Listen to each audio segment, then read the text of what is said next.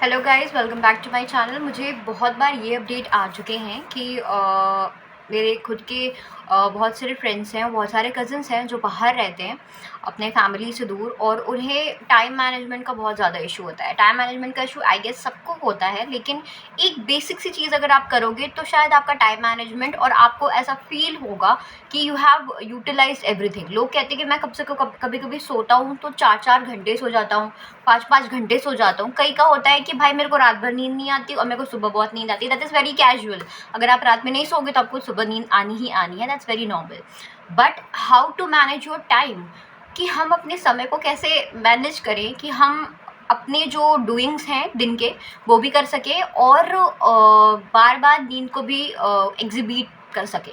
Like ऐसा हो सके कि हम बार बार नींद को अवॉइड कर रहे होते हैं। नींद एक ऐसी चीज़ है, you know what is the very quality नींद, मतलब बहुत क्वालिटी स्लीप आपका कौन सा होता है। एक फेज़ होता है, एक टाइम होता है जो कम से कम 7-8 मिनट्स का ही होता है, या फिर आप कह सकते हो 15 से 20 मिनट ही आपका क्वालिटी स्लीप हो रहा होता है। आप बाकी टाइम जो होता है वो ड्रीम अप कर रहे होते हो, बॉडी को एनर्जाइज कर रहे होते हो दोबारा से। तो वो चीज़ एक अलग प्रोसेस है, एंड क्वालिटी नींद एक अलग प्रोसेस है। इन दोनों के बीच में बहुत डिफरेंस है। पहला बात यह है कि आप अपने बॉडी को उस तरीके से प्रॉपरली एक्सरसाइज करो।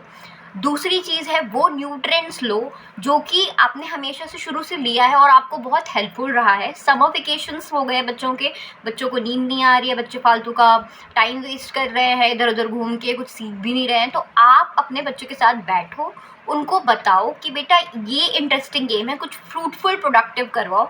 उनकी जो एनर्जी है वो राइट डायरेक्शन में थोड़ा सा उन्हें उस जगह एग्जॉस्ट होने दो जहाँ पे वो प्लेफुल हों। क्योंकि आज के डेट में जब हमारा टाइम था या हमारे पेरेंट्स के टाइम थे तो बच्चे निकल जाते थे खेलने कूदने के लिए, वो है नॉट मतलब उतना कुछ था नहीं कि बहुत दिक्कतें आती थी। बट आज के डेट में बच्चों को बाहर निकालने में भी बहुतों को दिक्कत होती है। तो आई शुड सजेस्ट कि आप बस अपने बच्चों को प्रोडक्टिव बनाएं बाय मेनी मीन्स। बहुत सारी चीज़ें हैं कि अब तो बहुत सारी चीज़ें ऑनलाइन हो चुकी है, लेकिन आज के डेट में भी बाहर निकल के खेलना बहुत ज़रूरी है। Until and unless body properly थकती नहीं है, नींद अच्छी नहीं आएगी, चाहे आप 10-10 घंटे बेड पे लेटे रहो तब भी। सेकेंड थिंग ये है कि आपका जो पॉस्चर है, the way you sleep, is that posture comfortable for relaxing all your body parts and your mental health, that is also important. Third thing is आपका पिलो कवर किस टाइप का है एंड आपकी बेडशीट किस type की है।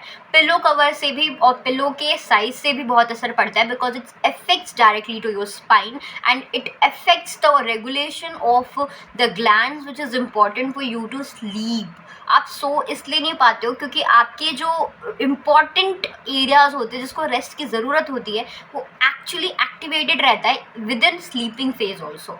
उन phases को ख़त्म करने के लिए आपको सोना इंपॉर्टेंट है, सही पॉस्चर में, सही बेडशीट पे और सही तकिए पे। जो तकिया आप अपने डॉक्टर से रिकमेंड करके ले लो, ज़्यादा बेटर रहेगा। ज़्यादा हार्ड तकियों पे सोने की ज़रूरत नहीं है, उससे क्या होता है कि आपके स्पाइन का इशू हो जाएगा, बोन मैरो की इशू हो जाएगी, एंड बहुत सारी बीमारियाँ बढ़ के हो सकती हैं। थर्ड थिंग वो हो गई। फोर्थ थिंग ये हो गया कि in lack of sleep is a thing which you are having a tension off. आपको ज़रूर किसी बात की टेंशन है सिर्फ, और आप उसके लिए कुछ कर नहीं रहे हो, कर भी रहे हो तो बहुत मिनिमल कर रहे हो, बेयर मिनिमम कर रहे हो, इसलिए आपको नींद बहुत ज़्यादा आ रही है।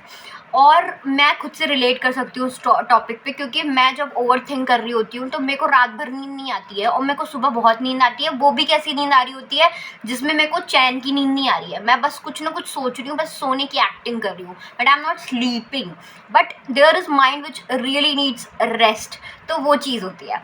तो उसको भी डीएक्टिवेट करने के लिए मैं most of the times try करती हूँ कि मैं स्पिरिचुअलिटी का हेल्प ले लूँ, मैं थोड़ा सा मेडिटेशन कर लूँ, या मैं कुछ ऐसा एक्टिव चीज़ खा लूँ, जैसे फ्रूट्स खा लूँ या ऐसी चीज़ें खा लूँ जो मेरी बॉडी को डायरेक्टली न्यूट्रिशंस प्रोवाइड कर दें एंड एनर्जी प्रोवाइड कर दें और कन्वर्ट कर दें मेरी एनर्जी को इन अ पॉजिटिव डायरेक्शन। तो ये एक हेल्प हो गया, आपको सोने के लिए हेल्पफुल हो सकती है चीज़ें।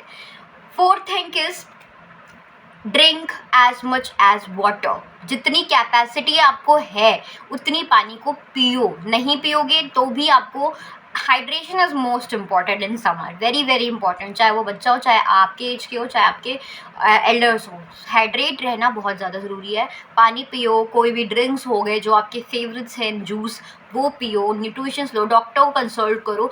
एंड समर के टाइम पे थोड़ा केयरफुल रहो अपने आप को लेके, बिकॉज बच्चों का पता नहीं चलता है वो कब बेहोश होने लगते हैं, कब कब कौन सी चीज़ें पड़ जाती है, तो regular checkup is also very important.